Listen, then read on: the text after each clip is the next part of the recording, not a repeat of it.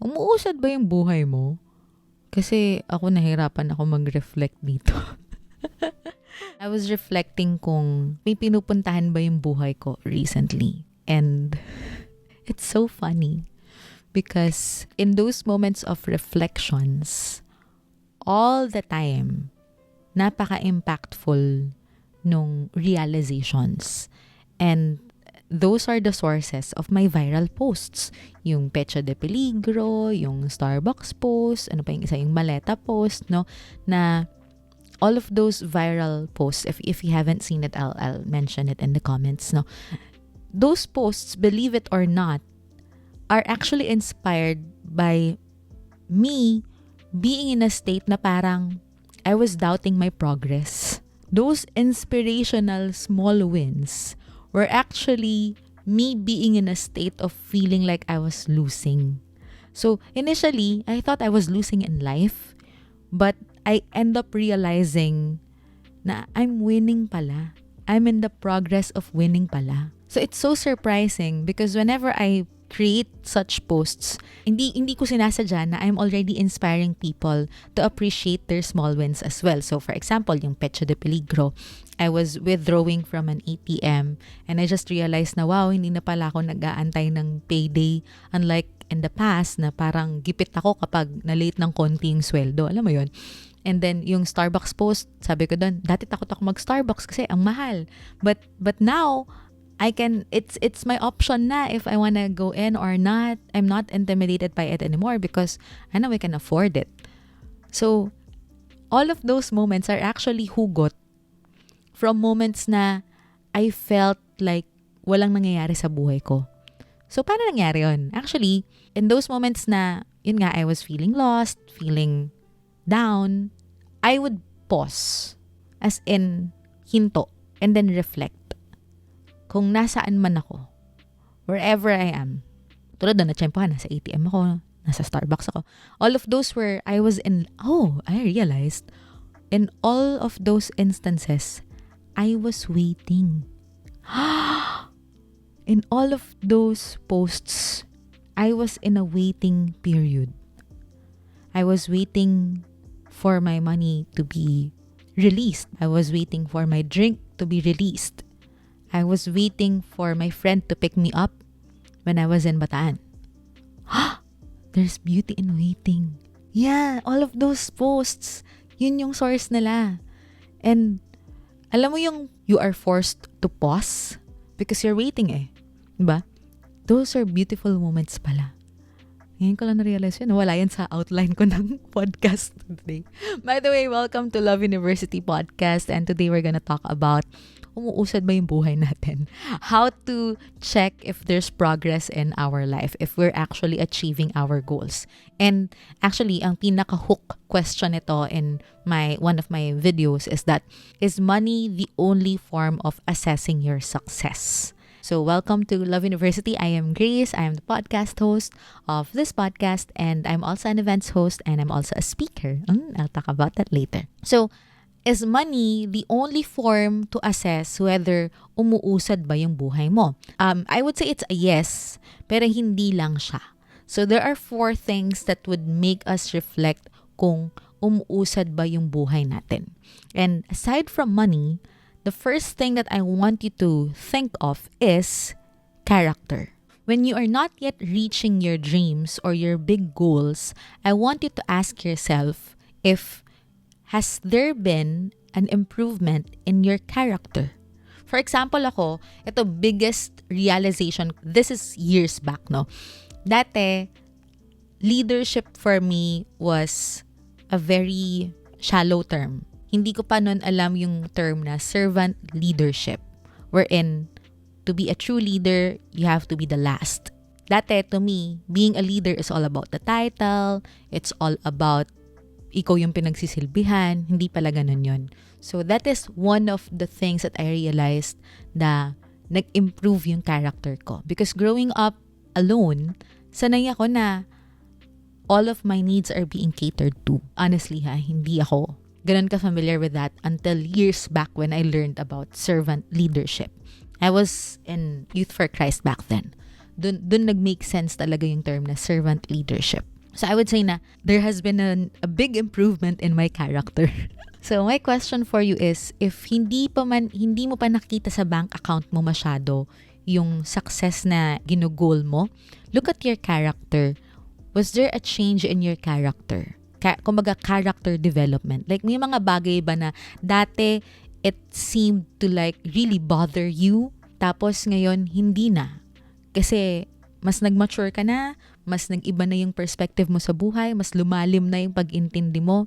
And I think that is a very important realization na you are getting ahead in life. You're actually winning because your character is what will really set you apart. The second aspect is development. Development in a sense na may nag-improve ba sa buhay mo or improvement? May nag-improve ba sa ibang aspeto ng buhay mo? Ito yung source nung, yun nga, yung Pecha de Peligro, yung Starbucks post, yung Maleta post. Na dati, pinangarap ko talaga na hindi na mag-commute going to work. Yung daily commute, yung humahabol ka ng jeep, humahabol ka ng bus, humahabol ka ng tricycle, I really wished and prayed so hard na, Lord, sana maka-move past na ako sa stage na yon. So I don't have a car yet right now, but I am so fortunate that my job as an events host is bayad ako when I go out. And then yung work ko naman kala Brother Bo, it's mainly online. So I don't have to commute going to work. I'm not saying that it's bad to commute going to work. I'm just saying na one of my personal dreams is that I don't wanna go to work every day being stressed na wala akong masakyan. Kasi right now, when I go to work, when I go to events, I can book Grab or I have a car service or provided yung sasakyan, yung transportation and all. And I didn't realize it until that time, yung Maleta post na, one of my dreams has finally come true. Improvement. Development. Is there something in your life na dati inis na inis ka? Yung dati inis na inis ka sa part na yon, pero ngayon wala na siya sa buhay mo. Hindi to tao, joke lang. Or something that has really improved in your life. For example, ano ba yung mga simple? Ito very simple. Nung napalagyan ko ng aircon yung bahay namin sa Bataan. That was like a big win for me because I can really remember nung bata ako, nagdadabog talaga ako sa gabi kasi sobrang init when it's summer and hindi ako makatulog. So I really prayed the Lord, sana meron kaming aircon sa bahay. So nung napalagay ko siya last year when I was, I think that was before Holy Week, tuwang-tuwa talaga ako. Sabi ko, nag-grant na naman yung isa nating prayer na magkaroon na tayo ng aircon sa bahay. And it was a huge symbol of improvement in my life. We're not super rich, no? Hindi kami super duper rich, but I would say na we're on our way. We're on the right track kasi umuusad. So, hindi mo pa na-achieve yung mga big milestones. Pero, pwede kasing nalilimutan mong tingnan yung small milestones. 'Di ba? Yung mga liit na ganyan. Conveniences. I want you to look into your life years back. Ano yung mga kinakainisan mo sa buhay mo na wala na pala ngayon. Hindi mo na pala siya na-experience ngayon. Improvement. Right? That's the third one. So, money, character, improvement in your life, and the last one is purpose. The last way that I'm able to say na umuusad yung buhay ko is I finally found my purpose in life, or I'm in the process of pursuing it. I think di naman kasi isa lang yung purpose natin sa buhay, no? But I think our purpose lies on whether we're able to tap into our gifts, our core genius, and use it to serve others.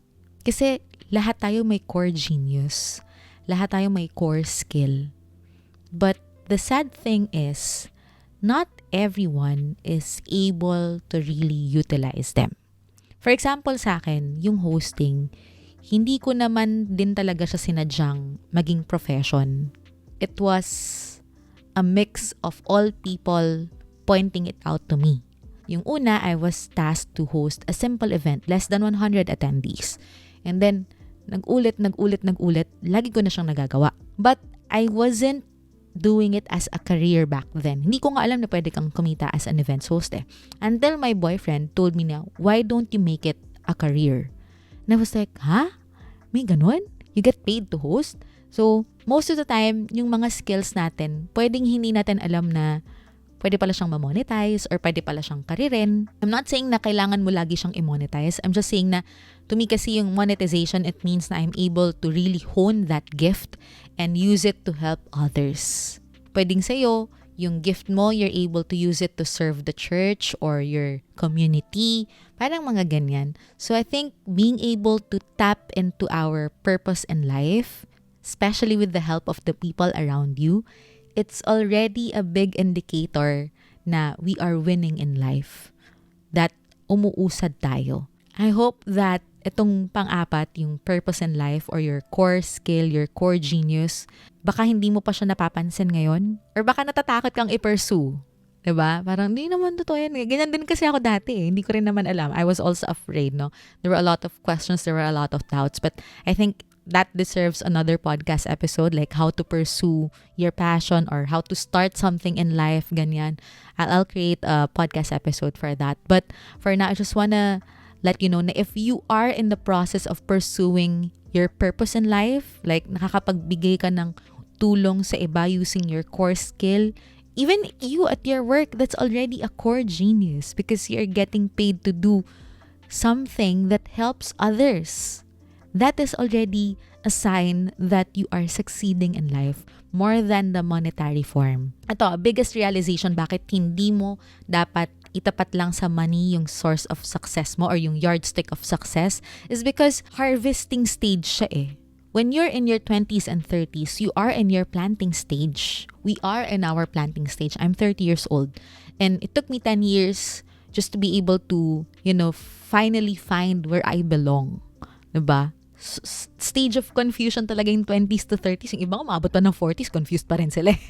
So, kaya very crucial yung finding your purpose in life, your core skill, your core genius, because then you would plant the seeds. Parang, di ba, harvesting cycle. May planting stage and may harvesting stage. So, yung monetary form of success, it really comes in the harvesting stage. So, the question now is, bakit mo kinukumpara yung harvesting stage ng ibang tao sa planting stage mo? Huwag ganon. Kasi, ma-frustrate ka lang. You are not yet in the harvesting season. You are still in the planting season. If you are not yet in the harvesting season and you just found your core skill, you are still in the planting season. Tingnan mo yung harvesting season nila so you could be inspired na, wow, ito pala yung mga pwede kong ma-enjoy in my harvesting stage. So, gagalingan ko ngayon in my planting stage. I hope that this message can give you peace of mind para hindi ka na masyado mag-overthink kung umuusad ba yung buhay mo. And always, always pause and reflect. Pause and reflect. Very crucial. Find a time in your day or a time in your week to really just pause and reflect and answer these questions so that, mapakalma mo. You could be kinder and gentler to yourself in this process. I hope that this podcast episode has made sense to you because I really enjoyed talking about this. And sabi ko kanina, I'm entering my speaker era. If you are in your 20s and 30s and you're struggling with your finances like I was a few years back, we are gonna have a seminar with my mentors, Brother Bo Sanchez, Boss Rex Mendoza, Sir Edward Lee. These are multimillionaires and billionaires who are really fulfilling their purpose in life. And I'm also with my friends, Enro, Mendoza, and Pael, Bustamante. Really young people na grabe yung naging direksyon ng buhay nila. All because they know how to take action. I'll be with them in a seminar and I'll also be giving a talk. Wow! Yan. So it's on January 13. It's called Empowered, How to Achieve Financial Freedom for Millennials and Gen Zs. If you're in your 20s and 30s, I will put the link in the comments or in the caption for the registration. But it's actually trc.ph/empowered. So you could learn financial strategies, and it's not just financial, it's really a lot about life in general as well. If you are someone or if you know someone who needs that kind of seminar, I hope that that could help you or them. Okay? And if nakatulong sa'yo or sa ibang tao tong podcast na to, please do tag me in your IG stories and let me know if you're able to get some value out of this. It's IG at @GraceRuiz_. Thank you so much for joining me, and I'll see you next time. Bye!